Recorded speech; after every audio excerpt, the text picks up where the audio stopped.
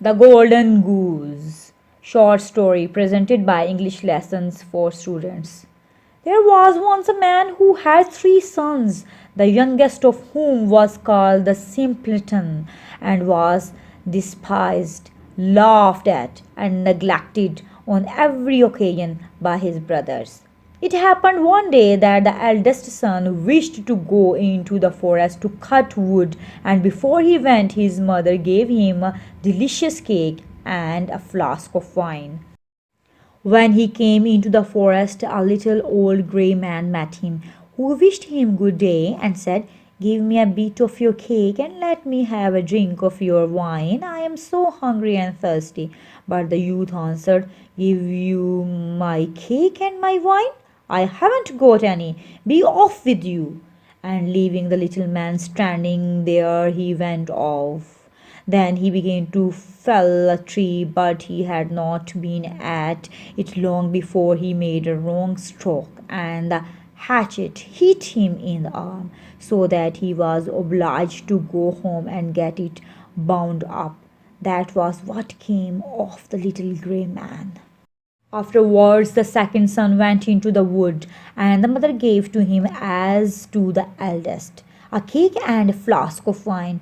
The little old grey man met him also, and begged for a little bit of cake and a drink of wine. But the second son spoke out plainly, saying, "What I give you I lose myself, so be off with you." And leaving the little man standing there, he went off. The punishment followed. As he was chopping away at the tree, he hit himself in the leg so severely that he had to be carried home.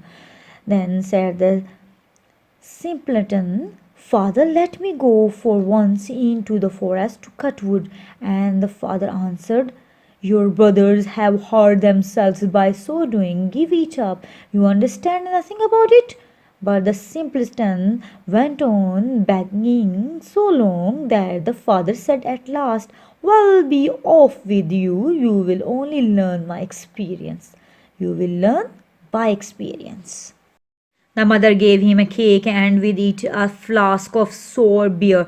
When he came into the forest, the little old grey man met him and greeted him, saying, "Give me a bit of your cake and a drink from your flask. I am so hungry and thirsty."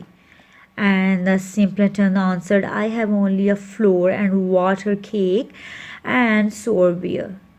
But if that is good enough for you, let us sit down together and eat." Then they sat down, and as the simpleton took out his flour and water cake, it became a rich cake, and his sour beer became good wine. Then they ate and drank. And afterwards the little man said, "As you have such a kind heart and shared what you have so willingly, I will bestow good luck upon you. Yonder stands an old tree, cut it down, and at its roots you will find something." And thereupon the little man took his departure. The simpleton went there and hewed away at the tree, and when it fell, he saw, sitting among the roots, a goose with feathers of pure gold. He was very happy to see that, and he lifted it out and took it with him to an inn where he intended to stay the night. The landlord had three daughters who, when they saw the goose, were curious to know what wonderful kind of bird it was, and ended by longing for one of its golden feathers. The eldest thought, "I will wait for a good opportunity, and then I will pull out one of its feathers for myself." And so when the simpleton was gone out, she seized the goose by its wing. But there her finger and hand had to stay held fast. Soon after came the second sister with the same idea of plucking out one of the golden feathers for herself. But scarcely had she touched her sister than she also was obliged to stay held fast. Lastly came the third with the same intentions, but the others screamed out, "Stay away! For heaven's sake, stay away!" But she did not see why she should stay away, and thought, "If they do so, why should not I?"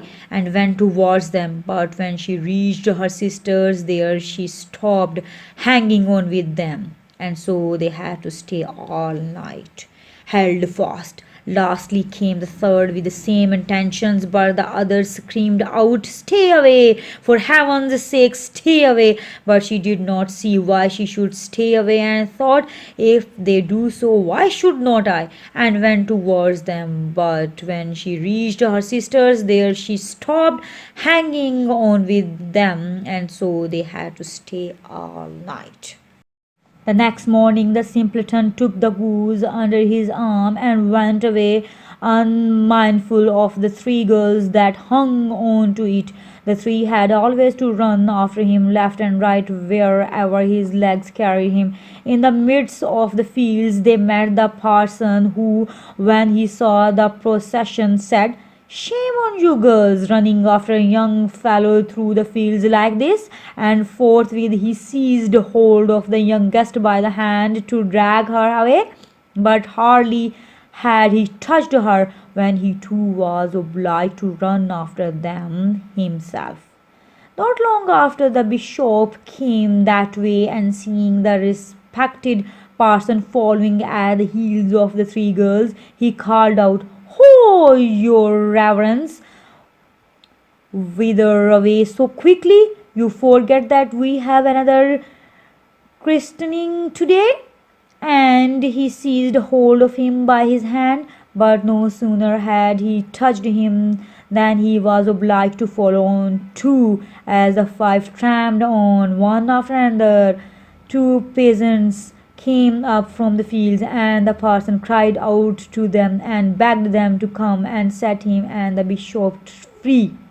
But no sooner had they touched the bishop than they had to follow on too, and now there were seven following the simpleton and the goose.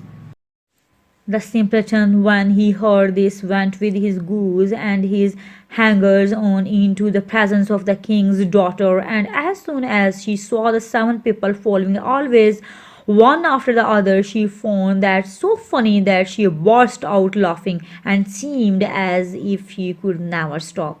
And so the simpleton earned a right to her as his bride. The marriage took place immediately, and at the death of the king, the simpleton possessed the kingdom and lived long and happily with his wife. Thanks for listening. For new videos, don't forget to subscribe my channel. And if you like my videos, please share and like.